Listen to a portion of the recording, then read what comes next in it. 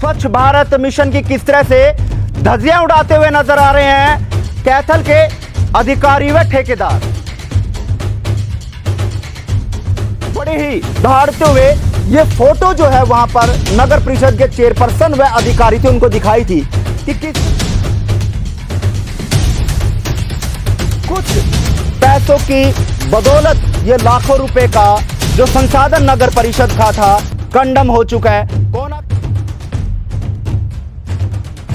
एक डेढ़ साल से कैथल शहर में कूड़ा उठान नहीं होता, तो किस तरह से सपना पूरा करेंगे आदरणीय प्रधानमंत्री जी? आप किस तरह से अधिकारी आपके सपने को साकार करेंगे? चाहूंगा आदरणीय मुख्यमंत्री मनोहर लाल खट्टर जी, आपके कार्यकाल में आपके राज में देख लीजिए किस तरह के काम हो रहे हैं। ना तो अधिकारियों को आपका खौफ है और ना ही किसी ठेकेदार को आपका खौफ है। आदरणीय प्रधानमंत्री नरेंद्र मोदी जी स्वच्छ भारत मिशन की किस तरह से धज्जियां उड़ाते हुए नजर आ रहे हैं कैथल के अधिकारी व ठेकेदार। आज से लगभग 3-4 साल पहले नगर परिषद द्वारा लगभग 15-16 गाड़ियां कूड़ा उठान के लिए डोर टू डोर कूड़ा उठान के लिए खरीदी गई थी, ताकि किसी तरह का कूड़ा जो है वो शहर में या नगरों में या वार्डों में ना फैले, ताकि उस कूड़े को लेकर जो सुनिश्चित जगह है वहां पहुंचाया जा सके। लेकिन उन गाड़ियों की हालत, भले ही 1 साल से कूड़ा उठान ना हुआ हो, लेकिन उन गाड़ियों की भी देखभाल नहीं हुई। 2016 में अंदाजन ये गाड़ियां ली गई थी, लेकिन लगभग 3 साल से, यानी 2022 चल रहा है और लगभग 3 साल से ये गाड़ियां मैकेनिक के पास खड़ी हुई हैं। 22 तारीख को हाउस की मीटिंग हुई थी और पार्षद मोहन लाल शर्मा ने बड़े ही दहाड़ते हुए ये फोटो जो है वहां पर नगर परिषद के चेयरपर्सन व अधिकारी थे उनको दिखाई थी कि किस तरह से जो कूड़ा उठान के लिए नगर परिषद ने लाखों रुपए की लागत से जो टेम्पू लिए थे, जो कूड़ा उठान के लिए जो संसाधन लिए थे, उनके हालात क्या हैं। ये फोटो वहां पर सदन में दिखाए गए थे। आज उसी की जांच के लिए मैं कैथल के ट्रांसपोर्ट नगर के सामने जो मार्केट है वहां पहुंचा हूं। हालात दिखा देता हूं। ये है हालात, जो तस्वीर वहां सदन में दिखाई गई थी उसी की जांच के लिए पहुंचा हूं। और जांच में आप देख सकते हैं कि किस तरह के हालात इस समय उन संसाधनों के हो चुके हैं। बाहर से आप देख सकते हैं बिल्कुल फ्रेश नया है, लेकिन मात्र कुछ पैसों की बदौलत ये लाखों रुपए का जो संसाधन नगर परिषद का था कंडम हो चुका है। कौन आखिर जिम्मेवार है? बड़े बड़े दावे हाके जाते हैं कि हम शहर को 4 चांद लगाएंगे, हम शहर में सफाई व्यवस्था को बनाएंगे। संसाधन आपके पास नहीं है और जो संसाधन थे उनके हालात किस तरह से आप लोगों ने कर दिए हैं। अधिकारी भी इन बातों से पल्ला झाड़ता हुआ नजर आता है। जब ठेकेदार से बात की जाती है, ठेकेदार से पूछा जाता है, तो वो भी इसके बारे में नानुक्कड़ करता हुआ नजर आता है। क्यों? क्योंकि 3 साल से जो ये सामने जो संसाधन, जो टेम्पो आप देख रहे हैं, मात्र 25,000 रुपये इसकी ठीक होने के लिए लगने थे, जो कि ठेकेदार द्वारा या नगर परिषद के अधिकारियों द्वारा नहीं दिए गए, जिसकी बदौलत 3 साल से ये यहाँ पर कंडम हालत हो गई है।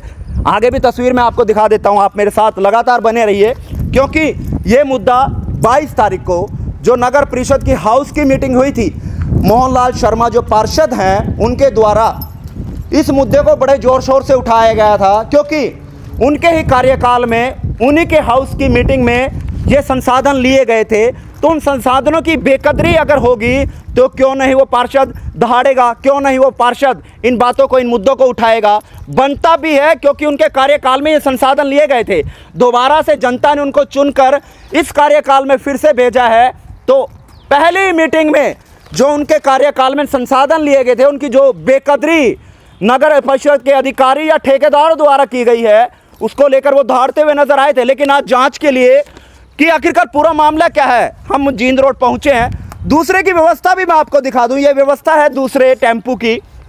मात्र 16,000 रुपये इसकी रिपेयर पर लगने थे, लेकिन ना तो नगर परिषद के अधिकारी वो 16,000 रुपये दे सके और ना ही वो ठेकेदार 16,000 रुपये दे सके, जो महीने के लाखों रुपए नगर परिषद से सफाई व्यवस्था के नाम पर, कूड़ा उठान के नाम पर बिल बनाते थे और चेक लेकर जो है चले जाते थे। आज ये व्यवस्था है, घास जाम चुका है और टायरों की व्यवस्था देख सकते हैं, कंडम हो चुके हैं। इंजन तक जो है जवाब देता हुआ नजर आ रहा है। अंदर की हालत भी लगातार हम आपको दिखा रहे हैं। आप आगे की मैं अगर तस्वीर आपको दिखाने की प्रयास करूं तो आप ये देख सकते हैं, आगे से बिल्कुल न्यू ब्रांड जो है ये टेम्पू लगता है। नंबर देख लो, HR 64A4380 ये टेम्पू का नंबर है और लगातार दूसरे टेम्पू की तस्वीर भी हम आपको दिखा रहे हैं।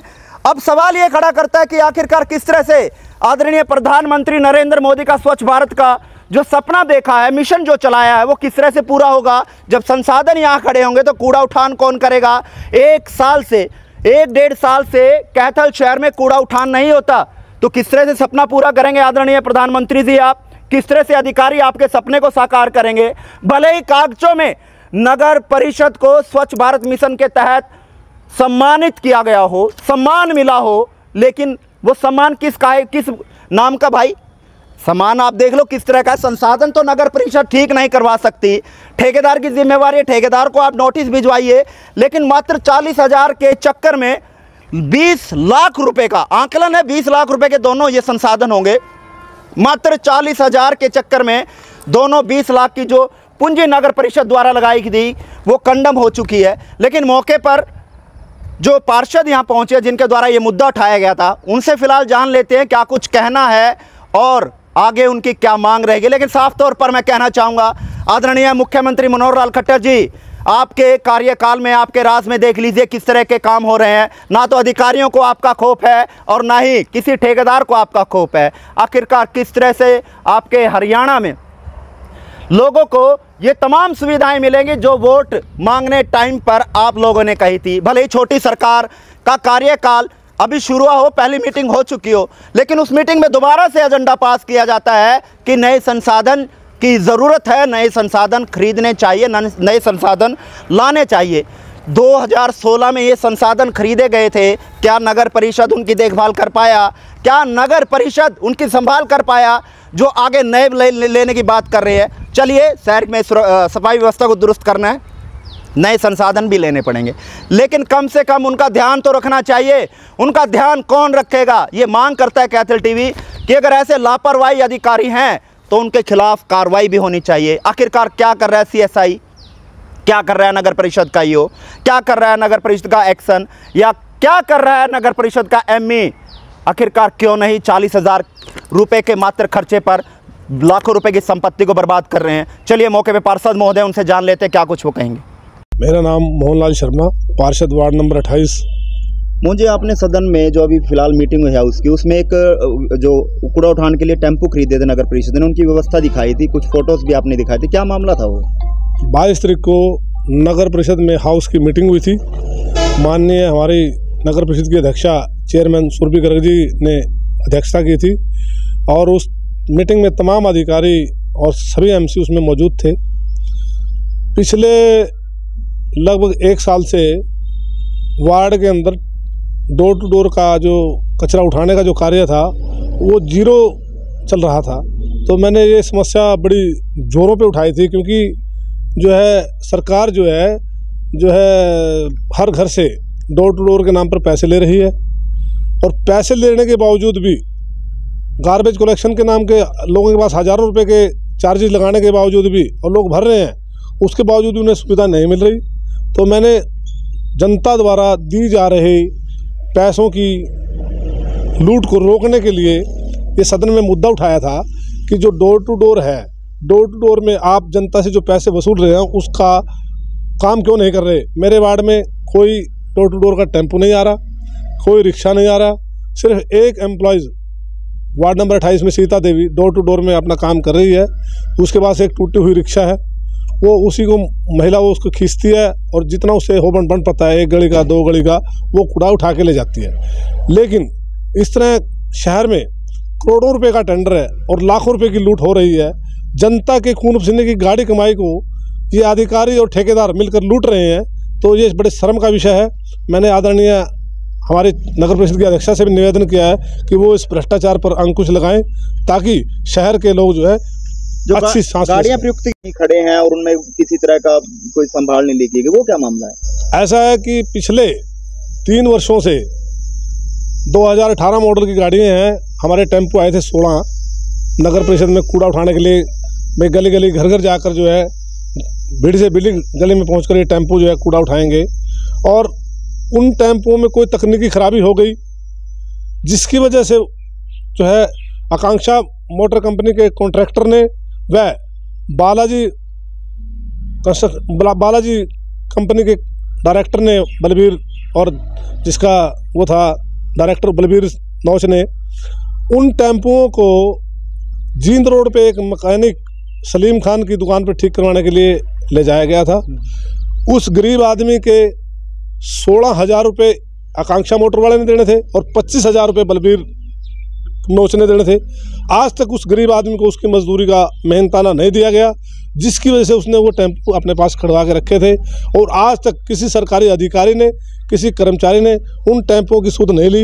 ये बड़ा ही दुख का विषय है कि 10 लाख रुपए के टेम्पो आज 3 साल से खड़े हैं, उनके अंदर घास पैदा हो गई है, लाखों रुपए की संपत्ति इस तरह खुर्द-बुर्द हो रही है। तो जनता के खून पसीने की गाड़ी कमाई को इस तरह से लूटा जा रहा है, बड़े ही शर्म की बात। मात्र 40,000 के चक्कर में लाखों रुपए की लागत से जो टेम्पो खरीदे थे उनकी हालत बद से बदतर हो गई है। बिल्कुल बद से बदतर हो गई है। उन टेम्पों के आज उनमें इंजन नहीं है, उनकी बाड़ियाँ उतारी हुई हैं, शीशे टूटे हुए हैं, टायर खड़े खड़े के गल गए हैं। तो मैं को इतनी लूट खसोट जो है ये नगर परिषद इन अधिकारियों की, कर्मचारियों की माँ है।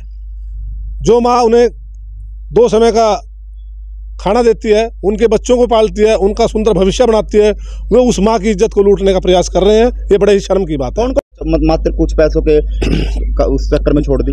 डोर टू डोर का जो ठेका है शुरू से ही विवादों के घेरे में चल रहा है। बलबीर नौच जो बालाजी इंटरप्राइज का मालिक है, उसके खिलाफ 5 करोड़ 26 लाख रुपए की रिकवरी डीएमसी साहब ने डाली थी, लेकिन न जाने कौन से ढुलमुल रवैये के कारण आज तक वो रिकवर नहीं करवाई गई और उसी की बलि ये चढ़े हुए हैं टेम्पू। क्योंकि अधिकारियों की जिम्मेवारी बनती होगी, चलो ठेकेदार पर तो दोबारा से कमेटी कोई भी केस या कुछ भी नोटिस देकर ले सकते हैं, लेकिन ये नगर परिषद की संपत्ति है तो नगर परिषद के अधिकारियों को नहीं सोचना चाहिए। अधिकारियों ने इन टेम्पुओं को ठेकेदार को रेंट पे दिया हुआ था और वो ठेकेदार उसकी जिम्मेवारी बनती थी कि जब उसका टेंडर खत्म हो कि वो इनको उसके पास वापस जमा करवाए। जिस हालात में उन्होंने चलती लिया था उसी चलती हालात में उनको जमा करवाए, लेकिन ठेकेदार ने ऐसा नहीं किया। अधिकारियों को उनके खिलाफ कार्रवाई करनी चाहिए थी। अधिकारियों की इसमें कोई ना कोई मिली भगत है या कोई साठगांठ है या उनके लापरवाही रवैये के कारण इनको इस तरह का खामियाजा नगर परिषद को भुगतना पड़ रहा है। मोहन जी, नए संसाधन के लिए दोबारा से हाउस में बात रखी गई है, पुरानों की देखभाल नहीं है, नयों के लिए डिमांड रख दी गई है। ऐसा है कि अब शहर की ज़रूरतों को तो पूरा करना नगर परिषद का दायित्व है और जिन जिन चीज़ों की रिक्वायरमेंट नगर परिषद के हिसाब से शहर के जैसे शहर बढ़ रहा है उस हिसाब से बनती है, तो उसमें तो कोई अतिशयोक्ति नहीं कि चलो खरीदे तो सही, लेकिन जो चीज़ खरीदी हुई है उन्हें अपने घर के संसाधनों की तरह रखें, उनका इतना इस्तेमाल करें जितना ज़रूरत है और नाजायज़ इस्तेमाल ना करें। ये मेरी सरकार से भी विनती है, अधिकारियों से भी विनती है, मेरी प्रार्थना है। तो अधिकारियों के खिलाफ भी कोई कार्रवाई होनी चाहिए, क्योंकि अधिकारियों के अंडर में जब ये सारा सामान संपत्ति आती है तो अधिकारी क्यों नहीं ध्यान देते, उनके खिलाफ भी कोई कार्रवाई की मांग। देखिए, अधिकारियों के खिलाफ कार्रवाई की बात तो यह है कि जब अधिकारी तत्कालीन कंपनी से जो डोर डोर की ठेकेदार था उससे जो रिकवरी की राशि नहीं भरवा पाए और इस तरह साधनों का दोहन हो रहा है और इस तरह की लूट खसोट हो रही है, तो उस स्थिति में तो अधिकारियों का भी कहीं ना कहीं तो बनता है, उनका कर्तव्य बनता है कि वो इस तरह लूट रहे नगर परिषद के संसाधनों को आंख मूंद कर ना देखें। अगर वो इस तरह आंख मूंद कर देखेंगे तो ये उन पर भारी पड़ेगा। तो मांग क्या है, क्योंकि आपने ये मुद्दा बड़े ही उसमें सदन में उठाया, तो अब आगे क्या कार्रवाई आप करेंगे, क्या मांग है? मेरी सरकार से भी और अधिकारियों से भी ये मांग है। शहर की जनता हर चौराहे पे गंदगी को देख रही है, डोर टू डोर में सफाई का बड़ा बुरा हाल है, कचरों के ढेर लगे हुए हैं, जो है नालियाँ 100% भरी हुई हैं, पाइप जो इन्होंने पिछली बार बिछवाए थे उनकी क्वालिटी ठीक नहीं है और जिस तरह भी जो भी भ्रष्टाचार हुआ है उस भ्रष्टाचार पर अंकुश लगना चाहिए। अधिकारियों को, ठेकेदारों को जो है एक जायज़,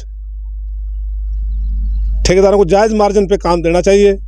अब जो ठेकेदार माइनस में काम लेते हैं एक टेंडर एक 10 लाख रुपए का टेंडर है और वो कहता है जी मैं इसको 10% माइनस में करूंगा या 20% माइनस में करूंगा या 30% माइनस में करूंगा। 10 लाख का काम वो 7 लाख रुपए में कैसे कर देगा? जब मैंने एक ड्राफ्ट्समैन से वो बनवाया है आइडिया, तो मेरा 10 लाख रुपए की सड़क बननी है, तो दूसरा ठेकेदार इसको 7 लाख में कैसे बना देगा? How can possible? तो मेरा मांग है कि जिस तरह ठेकेदारों का जो है, सरकार को ये चाहिए, अधिकारियों को ये चाहिए कि उस जो सड़क बनाई गई है उसकी मानकों की जांच हो। अगर वो सड़क में कोई कमी है तो ठेकेदार के खिलाफ पर्चा दर्ज करा जाए, उसे ब्लैक लिस्ट किया जाए और भविष्य में उसको किसी भी तरह से कोई ठेका ना दिया जाए, ताकि इस व्यवस्था में सुधार लाया जा सके।